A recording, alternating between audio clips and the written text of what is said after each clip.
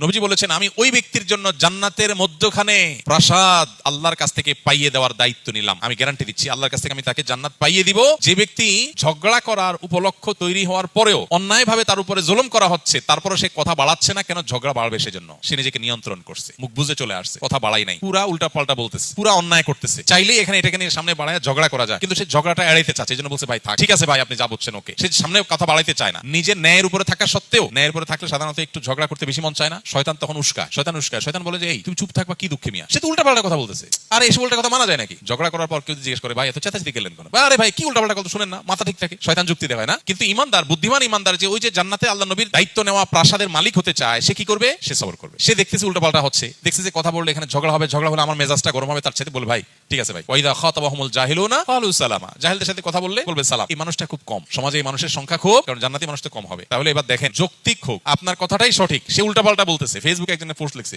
আর দেখলে মেজাজটা কি উল্টা পাল্টা কথা বলতেছে। এই জন্য আপনি কমেন্ট বক্সে গিয়া তার গোষ্ঠী উদ্ধার করে গালিগালাজ দিলেন, দিল সে আবার আপনার গোষ্ঠী উদ্ধার করে, আপনি আবার তার দাদার গোষ্ঠী উদ্ধার করলেন। এভাবে আস্তে আস্তে সামনে বাড়তে থাকলো। বুদ্ধিমানের কাজ, সম্ভব হলে যৌক্তিক ভাবে পারলে তাকে বুঝালাম, আর যদি মনে হয় বুঝাতে গিয়ে উল্টা বরং আমারই মেজাজ গরম হবে একটু পর, তার চাইতে ভালো বলবো ভাই ঠিক আছে আপনারটা নিয়ে আপনি থাকেন, মুস্কি হাসি দিয়ে চলে আসবো। এটা হলো বুদ্ধিমান মানুষের কাজ। ওয়াইজা খাতাবাহুমুল জাহিলুনা ক্বালু সালামা, জাহেলদের সাথে কথা বলবো ভাই সালাম, সালাম ভাই সালাম, থাকো তুমি, আমি ঝগড়াতে নাই। ইমানদারে তো ফালতু সময় না বসে বসে তেনা পেছাবে। এই জন্য ভাই গ্রামে শহরে সব জায়গায়, বিশেষ করে গ্রামে তো এগুলো অনেক বেশি হয়। আইল ঠেলা ঠেলি, জমি ঠেলা ঠেলি, গন্ডগোল, ফাসাদ, মানে গায়ের উপরে এসে পড়ে, তাই না? ঠিক রাখা কঠিন, কিন্তু কঠিন কাজটা করতে পারলেই জান্নাত পাওয়া যাবে। আল্লাহ আমাদেরকে তৌফিক দান করুন।